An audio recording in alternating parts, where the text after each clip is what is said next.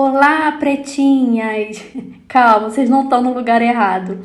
Eu sei que carinhosamente a Bia chama vocês assim, né? Mas hoje eu vou estar com a Bia num bate-papo maravilhoso a respeito de sexualidade no casamento. Vai ser muito bom tirar todas as dúvidas. Eu sou a Jaciara Fonseca, terapeuta de família, especialista em restauração de casamentos, e eu vou ter muito prazer de estar aqui com vocês respondendo a cada pergunta.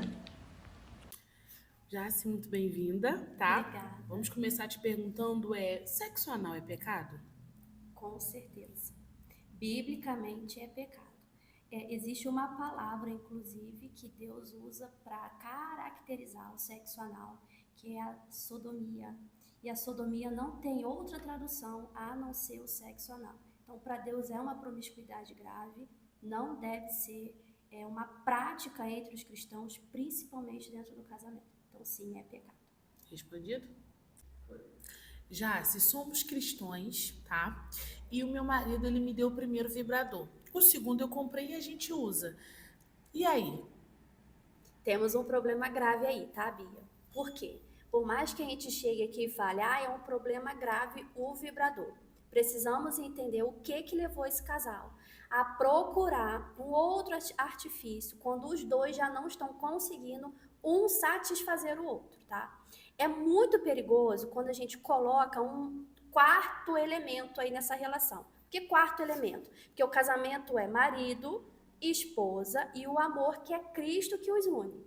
Se esses três não estão sendo suficientes para criar intimidade, prazer entre o casal, e a gente está procurando um outro artifício que substitua o marido na hora da relação para que essa mulher chegue ao prazer, né, máximo, né, ao ápice ali que a gente fala de orgasmo na relação sexual, então a gente abre um precedente para outras coisas. O que são outras coisas? A masturbação, que é pecado no casamento. O que vai acontecer ali? Essa mulher, ela vai ver que o marido, de repente, não está conseguindo fazer com que ela chegue nesse ápice desse prazer. Ela vai entender que o vibrador é muito mais rápido, não cansa, ela tem a hora que ela quiser, é um prazer muito rápido. Então, abre um precedente de afastamento entre o casal. É perigoso, eu não sugiro de forma alguma um vibrador entre o casal. Eu acho que tá faltando aí é diálogo. Ela realmente contar para o marido e falar como ela gostaria que ele fizesse nela para que ela se sentisse completamente satisfeita e vice-versa. Então, o diálogo, muitas das vezes, não precisa ser substituído por um vibrador. Um bom diálogo resolve isso aí. Entendeu? Sou cristão. Aí botou entre parênteses, ou cristão, não quis dizer se é homem nem se é mulher. Por que esperar? E se eu não gostar do sexo do meu futuro marido ou da minha futura mulher? Olha, pergunta boa. Sabe o que é interessante, Bia? Meu Deus, como realmente a nossa mentalidade está completamente deturpada a respeito do que é casamento. Grava uma frase que eu vou falar aqui agora, que é muito sério, tá? Casamento não é para legalizar a relação sexual. O que acontece muitas das vezes no nosso meio cristão? Vou casar e os meus problemas sexuais estão completamente resolvidos. Você está colocando na responsabilidade do outro de suprir toda a sua carência afetiva, emocional e principalmente sexual. Então, como é que você vai entrar para um relacionamento se a sua preocupação é o quanto essa mulher vai ser boa de cama para você? Então, a vida a dois é uma construção. Os dois vão se construir. Marido vai ajudar essa esposa a se construir como esposa. A esposa vai ajudar esse marido a se construir como marido. E Deus vai capacitar ambos para se construírem como família. Então, o problema não é ele achar que vai casar e a vida sexual vai ser boa e essa dúvida toda nele. O problema é ele já estar no relacionamento, colocando uma expectativa na relação sexual que futuramente pode ser frustrada e aí vai virar motivo de separação. Não tem como uma relação sexual ser ruim se nós estivermos diante de duas pessoas onde estão dispostas a se entregar um pelo outro, a servir ao outro, entrega total, amor, respeito e carinho, não tem como ser ruim. Jássia, ó, meu namorado tem 19 anos a mais que eu, me pediu em casamento, mas eu tô com medo do que com o tempo a nossa intimidade sexual não seja tão prazeroso. Eu corro esse risco? Corre como tantos outros, tá? O que mais pode acontecer dentro de um casamento? Um acidente? Quantos casos você conhece de pessoas que se casaram e depois de alguns meses sofreram um acidente gravíssimo? E das partes ficaram impossibilitada, né? De ter ali uma vida, digamos, na totalidade da sua normalidade. Ficaram alguns resquícios ali de não poder ter uma vida realmente ativa, né? Então, sim, pode acontecer muitas coisas. Agora, o que me chama a atenção é que a preocupação dela é com ela mesma. Tá, eu vou me casar e amanhã esse homem não vai ser capaz de me satisfazer. Então, pode ter aí um princípio que a gente já começa a dar sinais aí, que ela não entendeu o que é casamento, tá? Casamento é servir, é entrega. Amor é isso. Eu me entrego ao outro. Tá, e se o outro amanhã não for capaz de te satisfazer e perder o seu valor para você?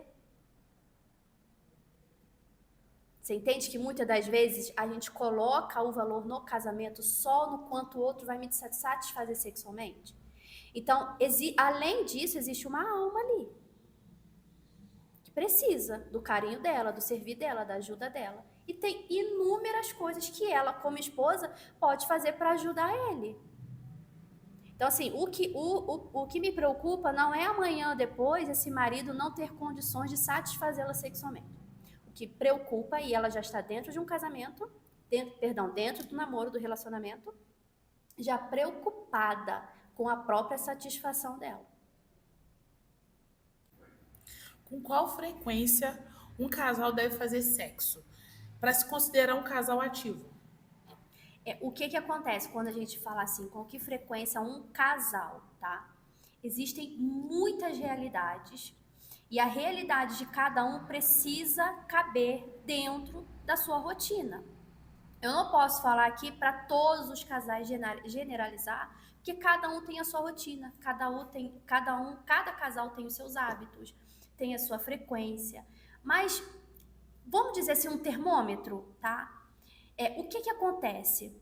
O ato em si, sexual, a quantidade em si, ela não é termômetro para você olhar e falar, esse casal está extremamente conectado. A gente pode, por exemplo, pegar um casal, tá? Que casados há 50 anos. Esse casal, obviamente, como é que a gente vai exigir deles uma frequência de 4, 5 dias de relação sexual na semana? Esse casal já tem outras debilidades, tem a saúde, tem a idade, tem outros fatores aí biológicos, que é próprio da idade da pessoa. Então não tem como você cobrar ou exigir essa frequência para um casal assim, tá? Outra coisa, é um casal mais jovem. Tudo bem, esse casal mais jovem. Mas esse casal mais jovem tem aí 5 filhos, uma rotina de trabalho. O que é bom a gente colocar como termômetro? O desejo. O desejo está acontecendo? O olhar está acontecendo? O olhar de admiração, o olhar de desejo está acontecendo? Porque ainda que não esteja acontecendo o ato em si, com frequência, mas o olhar de desejo está ali, há uma conexão no casal, eles ainda estão se sentindo conectados, unidos, então não há problema nenhum. Se esse casal, por motivos de trabalho ou de saúde, terem relação uma vez na semana, por exemplo. Muito mais que quantidade é a qualidade. Muito mais é a qualidade do ato sexual, é a entrega, é o olho no olho, do que 5 relações de 5 minutos e sem olho no olho, sem carinho, sem desejo, sem entrega, sem depois você passar as próximas 24 horas do seu dia sem nem olhar para o seu parceiro.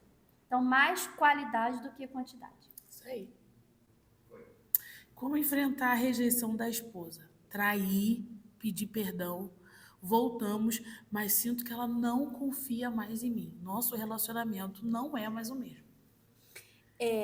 Eu sinto muito que esse relacionamento tenha chegado a esse ponto, tá? Eu acredito que para esse marido ter mandado essa pergunta aqui pra gente é porque realmente há dentro dele uma decisão de fazer diferente, tá? E isso aqui é justo. Então, o que que a gente faz quando há uma traição dentro de um relacionamento e esse casal chega para mim querendo essa restauração, Bia? Eu sugiro para quem cometeu o ato em si, a gente trabalha o ato de reparação. Essa esposa, ela tá ferida. Então, ela precisa do processo dela, de administrar dentro dela tudo o que aconteceu. Então, isso leva tempo. A traição é um luto emocional. E o luto também tem as suas fases. Não é da noite para o dia, pedir perdão acabou. Ainda vai ficar ali resquícios, né? Das emoções que foram feridas, dos sentimentos. Então, tudo isso vai levar um tempo.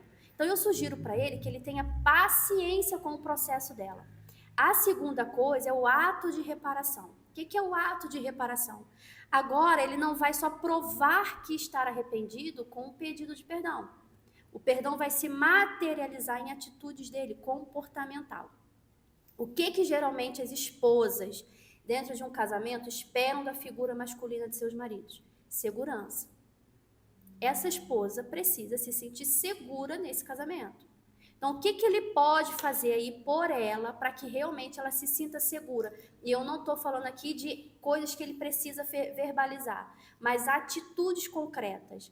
O que antes traria para ela uma certa insegurança e hoje ele pode mudar realmente, trazendo essa estabilidade emocional para que ela acredite novamente na mudança dele, no real arrependimento. Então, paciência e ato de reparação. Vai levar tempo, mas funciona. Até que ponto um homem ou uma mulher devem lutar pelos seus relacionamentos?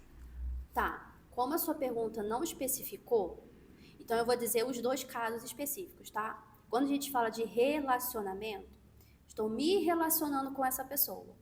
Pode ter um vínculo de afeto, de apego emocional, mas nós não temos o que nós chamamos que há no casamento, que é a aliança. No relacionamento, se, por exemplo, um caso chega para mim, estamos juntos há 15 anos, então nós temos um relacionamento, não nos casamos, mas temos um filho juntos ou filhos juntos, nós nunca nos casamos com outras pessoas. Então, sim, eu sugiro que esse relacionamento cabe sim você lutar um pelo outro, porque nós temos o que chamamos de biografia, tem uma história construída, tá? Tem laços afetivos, tem laços emocionais e, inclusive, nós temos fruto desse relacionamento. Então, aí sim, nós trabalhamos para a restauração desse relacionamento. Mas quando nós falamos assim, relacionamento, por exemplo, namoro, a gente está só namorando, tá noivo, mas não tá dando certo, ou alguma coisa já aconteceu ali que tá vendo, tá dando sinais, que tá te gerando dúvida se vai continuar ou não. Se teve, inclusive, uma traição no namoro, no noivado, aqui eu já cogito não continuar. Porque nós, apesar de ter vínculo, apesar de ter todo o envolvimento emocional, nós não temos uma aliança como no casamento. No casamento, nós temos uma aliança. E Deus é Deus de aliança.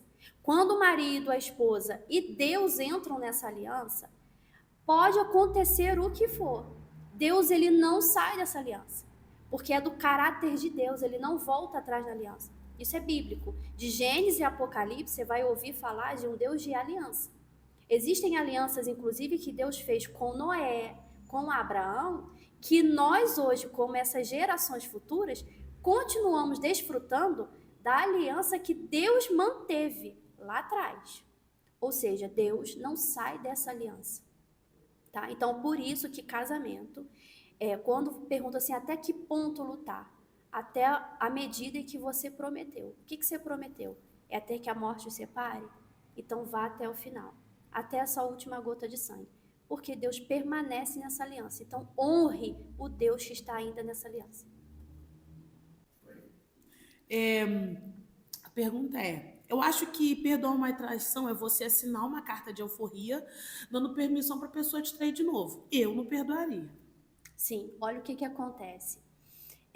A gente quer tentar entender o perdão, que é algo completamente divino, da maneira como o nosso olhar e o nosso coração vê. E a gente vai realmente se frustrar, porque o perdão é perdoar o imperdoável. E o perdão, ele veio de um exemplo, Bia. Falar de perdão sem falar de Cristo é absolutamente irrelevante. Como é que a gente vai falar de perdão, de amor, sem usar a nossa referência, que é Cristo? Um dia, Cristo, ele morreu na cruz, já sabendo que eu e você o trairíamos constantemente. Não é à toa que a Bíblia usa, inclusive, a imagem de Cristo, a figura de Cristo e de Deus, como noivo. E a igreja que somos nós, a noiva. Nós já estamos compromissados com um noivo que nos vê o traindo todos os dias, constantemente, e ele nos perdoa. Ele já nos perdoou antes mesmo do nosso pecado acontecer, da nossa traição acontecer. Então, sinceramente, se a pessoa não está aberta a dentro de um casamento, a abrir o seu coração para ao menos perdoar, não se case. Porque é premissa, é princípio do casamento, tá? Aos olhos de Deus, que haja perdão constantemente. O padrão de Deus para os maridos, inclusive, é que esse marido ame a sua esposa ao mesmo ponto em que Cristo amou a sua igreja. Qual foi esse ponto? Na sua totalidade, na sua entrega total, até a morte de cruz, até a sua última gota de sangue, até o seu último suspiro. Então, se você entra para um casamento entendendo, quando você faz os votos, eu prometo te amar, ser fiel, permanecer com você na doença, na saúde, até que a morte nos separe, você inclusive está ali fazendo um voto de o seguinte: independente do que você fizer, eu vou estar ali. Então não se case se você não entender a profundidade desses votos. É melhor que você permaneça na sua vida de solteiro do que amanhã depois você não entender que casamento é marido e mulher e o amor que é Cristo que nos une e precisa ter perdão. Só perdoa quem entendeu o quanto foi muito amado. É só olhar um pouquinho no espelho que você vai ver. Às vezes a gente coloca o pecado do outro como algo realmente a maior das injustiças do mundo, quando na verdade o nosso pecado também é tão grave quanto quem cometeu a traição. Então é só a gente olhar com um olhar de misericórdia e entender que eu também não mereço, Bia, nem eu e nem você. Merecemos o perdão de Deus e ainda assim ele está lá todos os dias. Verdade. Como que funciona, na verdade, a cabeça de quem comete o abuso sexual? É tão nojento, a vontade que a gente tem é de fazer justiça com as próprias mãos. Olha que pergunta interessante. A gente agora quer entender como funciona a mente de alguém que está doente, da alma, do espírito, fisicamente doente, porque a mente está completamente deturpada. Então eu vou sugerir aqui que abra a mão de tentar entender a mente de uma pessoa assim, de verdade. Você não vai encontrar resposta para casos onde uma pessoa está completamente opressa, tá? Porque aqui é uma legalidade também espiritual. Nós não podemos usar isso como um parâmetro para coisas. Isso aí é só a vida acontecendo, isso é coisa natural. Não, a gente não está falando de coisas naturais, tá? Então, há sim muitas brechas espirituais. E tentar entender isso com a nossa lógica humana, com o nosso olhar humano, a gente não vai conseguir, tá? Isso é soberba da nossa parte, tentar entender como é que funciona a mente de uma pessoa, de um ser humano, quando chega nesse estágio. Agora, o que a gente pode fazer é tentar, de alguma maneira, se precaver, se antecipar. Existem sinais que a pessoa vai dando que ela não está bem, tá? Isso aqui mentalmente, emocionalmente e espiritualmente. Uma pessoa que está com a visão deturpada sobre sexualidade, às vezes tudo tem conotação sexual, uma percepção das pessoas objetificam muito a mulher, tá? olham para a mulher como se fosse realmente algo, um mero objeto, só para prazer sexual. Então, há alguns sinais que a pessoa vai dando que ela emocionalmente não está bem, não está instável emocionalmente, tem uma visão deturpada do que são pessoas e do que é o sexo. Então, antes da gente tentar entender o que está funcionando na cabeça da pessoa, veja os sinais, fique atento aos sinais. Opa, tem alguma coisa errada aqui com essa pessoa, tá? Se essa pessoa tiver aberta à ajuda, ok. Se não, o que você pode fazer é se afastar. Para abuso, nós temos denúncia, porque abuso é crime, precisa ser denunciado. Existem leis para isso que vão resolver isso, e existem também as leis divinas que também têm o mesmo procedimento para resolver esse tipo de caso. Então, não cabe a nós entender, mas cabe a nós encontrar um caminho para que cada um seja julgado tanto pela lei dos homens quanto pela lei de Deus. Sou casada há 3 anos. Namoramos por 4 anos. O namoro era muito bom, aquela pegada, aquela coisa, aqueles beijos, então aquela adrenalina. Mas hoje a gente só se beija na hora H e não é mais a mesma coisa, sabe? Bia, é muito natural, tá? Essa fase existir no namoro, tá? A fase do namoro é a fase onde eu tenho o desejo e o afeto. O desejo, ele é inconsciente, tá? Eu vou desejar a outra pessoa independente de sentimento, independente de qualquer outra coisa.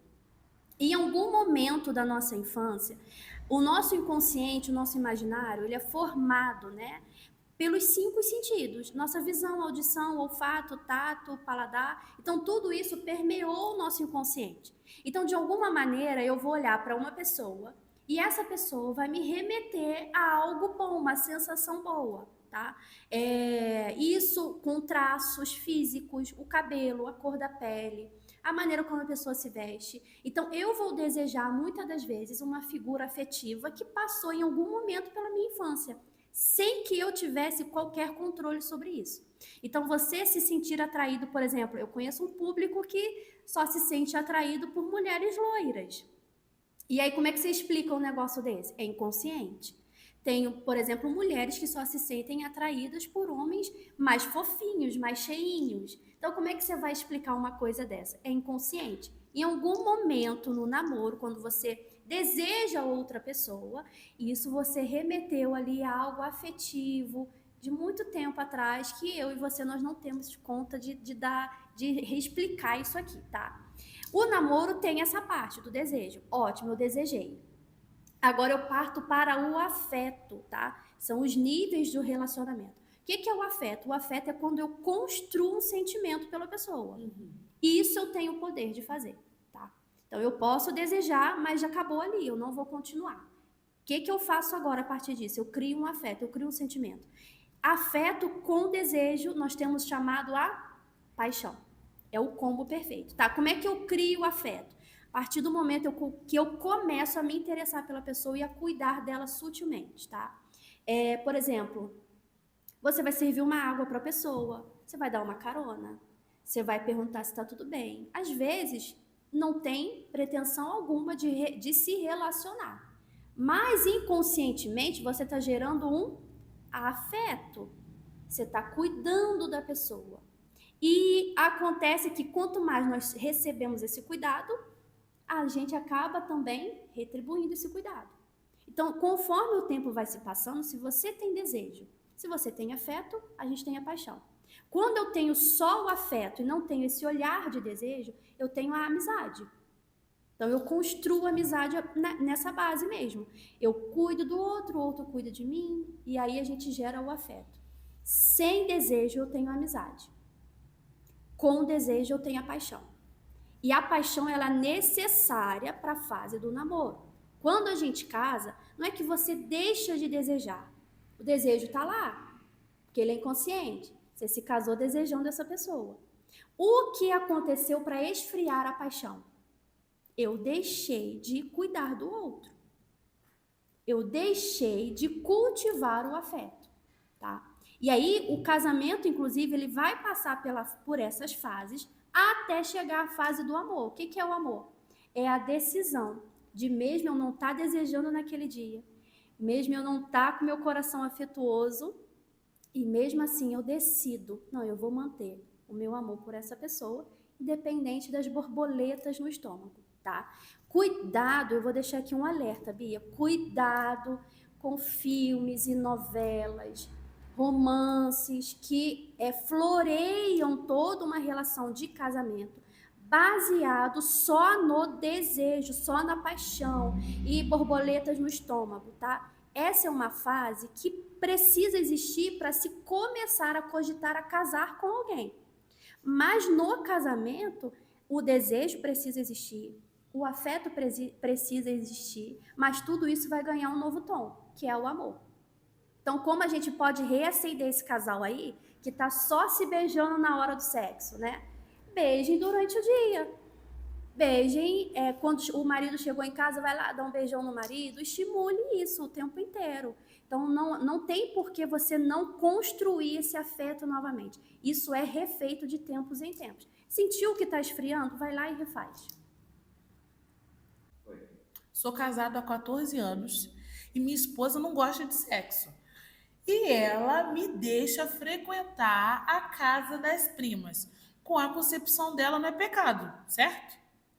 O que acontece, Bia? Olha como é que a nossa consciência ela nos dá essa narrativa, tá? Para a gente suportar algumas questões imorais e pecaminosas. Quando a gente está diante de um erro e a gente quer continuar cometendo esse erro, porque nós somos moralmente fracos para dizer não, o que a gente faz? A gente se convence dessa narrativa, constrói essa narrativa, fica repetidamente se repetindo para si mesmo e para todas as pessoas ao redor, para a gente realmente se convencer e amortecer a nossa consciência. É óbvio que ele sabe que tem algo de errado aí. É óbvio que tanto a esposa quanto ele sabem que tem algo desordenado. Mas eles já criaram a narrativa. Porque eles não são moralmente fortes para resolver o problema. Não são moralmente fortes para dizer não ao pecado. Então, eles criaram uma narrativa. Qual é a narrativa, Bia? Ele entende que por ela não gostar de sexo, a esposa legalizou isso na vida dele, autorizou, então ele vai continuar fazendo. Então, não tem errado aí, porque ambos estão consentindo. Então, não há traição, não há mentira, não há engano. Então, eles criaram essa narrativa, vão ficar repetindo por mais 14, 20, 30 anos aí, a mesma narrativa e se camuflando diante de uma consciência amortecida pelo pecado. O que acontece, e que pode ter acontecido com esse casal, foi que a primeira vez que isso aconteceu, eles sentiram aquele remorso, sabe? Aquele pesozinho na consciência. Começaram a criar essa narrativa para as próximas vezes não serem tão pesadas. E aí foram se acostumando ao pecado.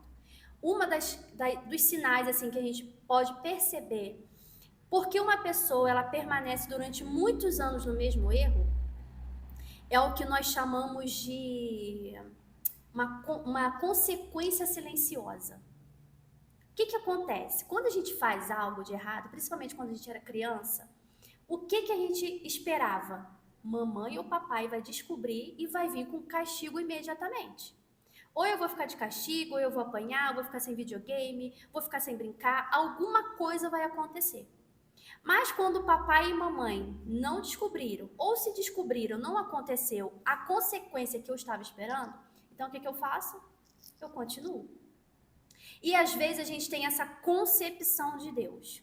Eu fiz a primeira vez, fiz a segunda, fiz a terceira, nós vamos aí para 14 anos nessa conduta. Então, como não aconteceu aparentemente nenhuma consequência que pudesse me chamar a atenção e falar, opa, Deus está me castigando? O que é esse castigo que muitas das vezes a gente cogita?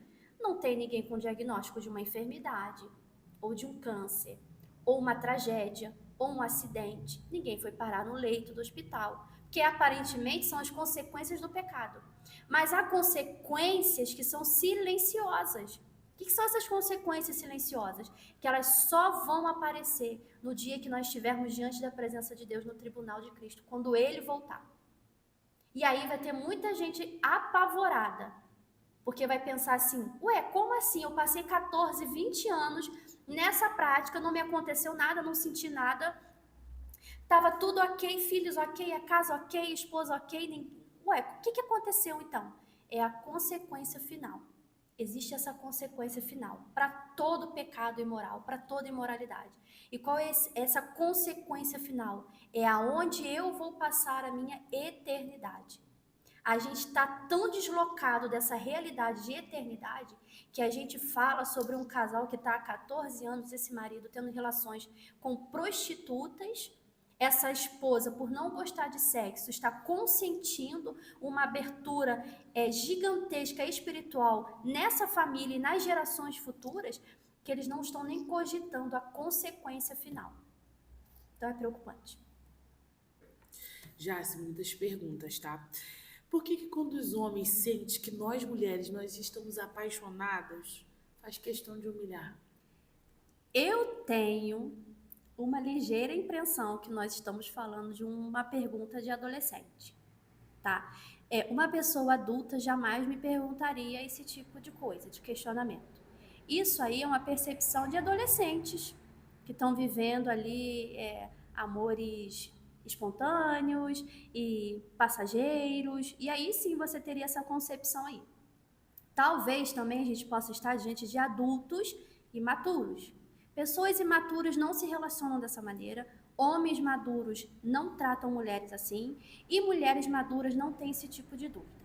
Então eu sugiro que você seja madura e atraia pessoas maduras, mas se você está se questionando, é um sinal de que você precisa estar alinhada a algumas questões maduras e de princípios para que você não se frustre nos seus relacionamentos. Meu marido não me trata bem, tá? Na rua, ele não anda de mão dada comigo, vive me traindo, não faz questão de esconder, elogia mulheres na minha frente e diz que só vê em mim uma empregada. Mas eu amo muito, muito mesmo. O que eu faço? Bia, posso ser polêmica? Ai, pode, vai, por favor. Isso não é amor. Isso não é casamento. Nunca foi. Tá?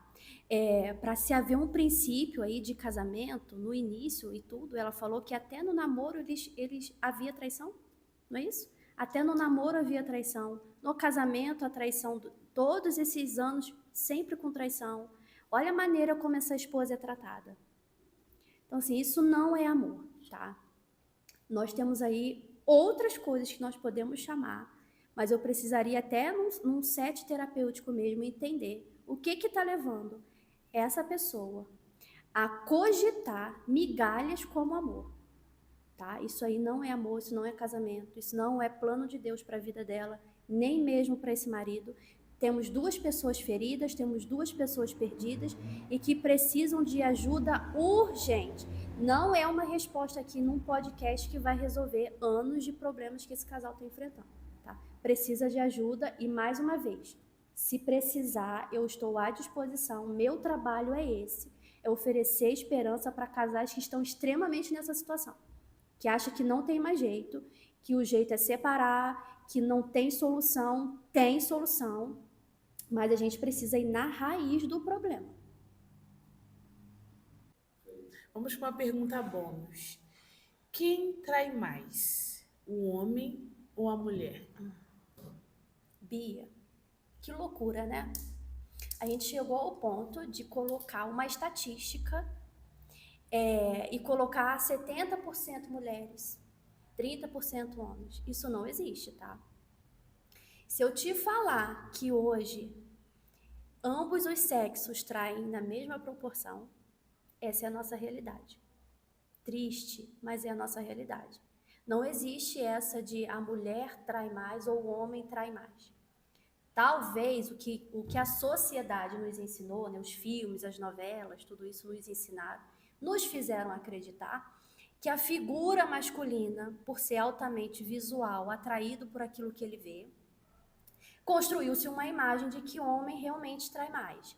E por homem, muitas das vezes, não conseguir ter essa maturidade, né, desse impulso que não é tanto voltado para as mulheres, de se mostrar mais velado, sabe? A mulher, quando ela realmente parte para a traição, ela não tende a ser tão velada. O que que é isso? Ela faz de uma forma muito mais escondida e ela demora para chegar à tona, sabe? O caso, aconteceu um caso no casamento, isso demora até isso realmente chegar à tona e as outras pessoas ficarem sabendo.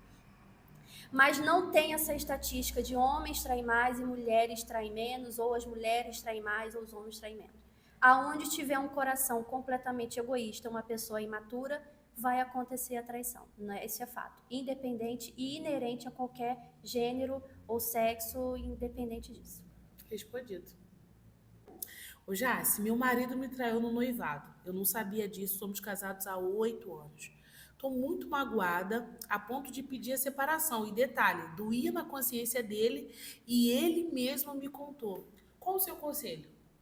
Olha, Bia, eu preferiria aí, tá? Entender todo o caso e me coloco à disposição. Se a pessoa que realmente fez essa pergunta quiser me procurar no meu direct, lá no meu Instagram, eu vou ter o maior prazer de entender toda a narrativa do caso, tá? A gente não pode pegar assim algo isolado e dizer, olha, faz isso ou faz aquilo. A gente precisa realmente entender todo o contexto. Tá, a consciência dele pesou agora por quê depois de tantos anos? Sabe? O que que aconteceu, de fato, dentro desse homem, dentro desse marido, que, opa, acordei com a consciência pesada? Não, tem algo que aconteceu que antecedeu isso aí, tá? É óbvio que a gente não tá falando aqui de uma traição no casamento e uma traição no noivado, são coisas diferentes. Apesar da traição ser um luto, uma dor que vai doer igualmente, seja no namoro, seja no noivado ou seja no casamento. Agora, resolver essa situação tomando uma decisão ou de separar ou de ficar no casamento, eu acho que não é viável agora no momento. Vocês precisam entender o que que aconteceu aí nesse meio tempo de casamento, de casados, que aconteceu, que ele acordou com a consciência pesada e vou contar para ela. Então a gente precisa entender toda a história, mas tem jeito, tá? A gente não pode só simplesmente dizer aqui para ela, perdoa e continua. A gente precisa entender o que que aconteceu com esse casal, qual é a mentalidade dele, a mentalidade dela, qual é a visão dos dois, quantos anos de casado eles estão? 8. Então, 8 anos não são 8 meses, né? Então, assim, o que que aconteceu em 8 anos que ele simplesmente silenciou essa traição, carregou aí por 8 anos e hoje contou para ela? Entende? Então, assim, ela está carregando. Ele quis dividir esse peso de culpa com alguém e dividiu com ela. Mas em algum momento isso aí pesou mais do que deveria, tá? Então a gente precisaria entender todo o contexto, mas tem jeito, tá? E aí, novamente, eu te falo aqui, a pessoa que estiver aqui nos ouvindo, que escreveu essa dúvida, essa pergunta, pode me procurar, eu terei maior prazer de ouvir toda a história para a gente encontrar um caminho aí. Mas tem jeito sim, com certeza. Já essa é uma pergunta muito polêmica que eu recebi várias dela. No caso do estupro, se a mulher engravidar, você acha que ela deve ou não fazer o aborto? Interessante, né, Bia? Porque assim, a gente tem uma situação trágica, um trauma, e aí a gente quer resolver esse trauma com sim ou não, aborto ou não, como se fosse realmente resolver a profundidade, a tragédia desse trauma, dessa vítima, tá? Eu ouvi uma palestra do professor Pedro Augusto há uns 3 meses atrás, foi uma das melhores palestras que eu já ouvi. E ele disse a respeito do princípio da existência. E aqui vai caber essa explicação, bem resumidamente, para essa pergunta que você me fez. Defendendo, inclusive, aqui o meu ponto de vista e a minha opinião, tá? Todas as coisas, Bia, que existem, elas precisaram passar por uma força externa para chegarem a existir. Essa mesa, por exemplo, a gente não fez nada para que ela estivesse aqui hoje e a gente estivesse usufruindo dela. A roupa que a gente está usando, eu não costurei a roupa. Alguém usou de uma força externa para que ela existisse e eu usufruísse de tudo isso. Então, são coisas que existem. É o princípio da existência. Agora, as coisas que existem e são vivas, elas também passam por esse princípio. Só que não é uma força externa, é uma força interna. Então, isso serve para as plantas, isso serve para os animais, isso serve para a natureza e serve para mim e para você, que somos seres humanos. Ninguém teve uma força externa para que surgisse a Bia ou surgisse a Jaciara. Essa força é interna, é algo que a gente não vê. E esse princípio de existência interno só pode vir de Deus. Não tem ninguém que possa fazer esse trabalho melhor do que ele. Esse é o princípio de vida. Agora, a gente pegar esse princípio de vida que tem ali agora, né? É o fruto de um trauma tão terrível, que esse fruto também, essa criança não tem culpa de nada, também é tão vítima quanto essa pessoa que sofreu esse abuso terrível. E talvez eu me arrisco aqui a dizer que esse abuso deve ser um dos crimes mais horrendos da humanidade, tá? Porque te coloca num papel que você não tem como se defender. Mas essa criança também não tem culpa alguma, porque para que ela viesse a existir, houve um princípio antes, e esse princípio não é externo, esse princípio é interno. Então, sim, eu sou contra o aborto, mas eu também sou a favor de que todas essas duas vítimas, tanto a vítima do abuso quanto a vítima que foi gerada, o fruto desse abuso, precisam de acompanhamento, de ajuda, acolhimento, processo de cura, para que os dois ali venham ressignificar, a partir disso, ter uma vida digna da qual Deus projetou tanto para os dois. Respondido, meninas. Jace, como que nós, mulheres cristãs, nós devemos inovar no sexo, no casamento? Porque existem bastante limitações, certo? Sim, existem 2 pontos aí que a gente precisa analisar. A respeito quando nós falamos de sexo para um público cristão. Nós temos 2 públicos. O grupo que, por exemplo, está aqui falando que não tem necessidade da gente estar falando de algo sobre algo tão íntimo, porque é um grupo que entende que falar sobre sexo é um puritanismo, é religiosidade, que não deveria ser falado, que é pecado. Então, a falta de conhecimento desse público os faz errar também. Tanto quanto um outro público que a gente tem, que é o público que acha que relação sexual é como ir na padaria comprar um pão. Então, se trata essa intimidade, que foi algo que Deus criou, que Deus fez, como algo muito banal e pejorativo. Tá? Então, nós precisamos encontrar um equilíbrio para esses 2 pontos. O conhecimento para essas mulheres casadas, cristãs, que participam de um princípio bíblico, falar e ter conhecimento a respeito de algo que foi Deus quem fez, para unir o casal, para se cumprir o princípio de uma só carne dentro do casamento, é necessário para que elas realmente consigam viver de uma maneira plena, satisfatória, que esse sempre foi o desejo de Deus para o casal, tá? Então, você passou o tempo aí, os anos, né? Aí vai se desgastando, você está cansado, às vezes tem um trabalho, as preocupações, tem os filhos, tem conta para pagar. Como que você vai inovar na hora do sexo para dar aquela apimentada? Eu costumo dizer, Bia, que ninguém acorda no dia e fala assim, hoje eu quero apimentar a relação sexual e vou me preparar só para aquele momento em si. Essa maneira de apimentar a relação sexual, ela não começa só no ato. Ela começa do dia na hora que você acorda. Eu acordei, o que eu vou fazer hoje pelo meu marido? Para que ele se sinta satisfeito, para que ele se sinta homem, para que ele se sinta valorizado. Então, o que o marido também vai fazer? A mesma coisa. O que eu posso fazer pela minha esposa para que ela se sinta amada hoje, segura? O que eu posso fazer para agradá-la hoje? Então, você vai construir durante todo o dia mensagens, um carinho, o seu servir, é uma comidinha gostosa, é uma mensagem carinhosa na hora do trabalho. Então, tudo isso você já está apimentando, já está preparando o outro para na hora do sexo você já está ali pronto, com o coração disposto a se entregar. Então, mais do que qualquer outro artifício, eu sugiro que vocês tenham hábitos saudáveis durante todo o dia. Estimule no outro que, quando ele chegar em casa, né, depois de um dia de trabalho, ele já sabe o que esperar. Então, isso é afrodisíaco. Você imaginar, opa, quando eu chegar em casa, isso é melhor do que qualquer fantasia ou apetrecho aí. Isso aí. Jace, conta pra gente, até que ponto vale tudo dentro de 4 paredes? Bia, eu sei que você vai concordar comigo quando a gente diz que a maioria dos casais, principalmente os cristãos, tá? Que tem Deus como referência, os princípios da Bíblia como referências para um casamento, casam sem saber o que que é um casamento, o que que é uma relação sexual, tá? É interessante a gente entender que o vale tudo, sabe? Esse vale tudo é muita coisa. Uhum. Então, se eu disser assim, vale tudo, mas peraí, vale tudo o quê? Porque o vale tudo para mim pode ser diferente do vale tudo para a Bia. E assim como vale tudo para muita gente que está ouvindo aqui agora, gente. Então, esse vale tudo precisa passar por uma peneira. Qual é essa peneira? Faz parte dos princípios cristãos? E aí, você entende que até na hora da relação sexual existe alguém que está ali presente também? Ele não se afasta? Ele não sai do cômodo? Vou deixar vocês aí tendo relação, depois eu volto? É a presença de Deus, tá? A presença de Deus precisa estar ali.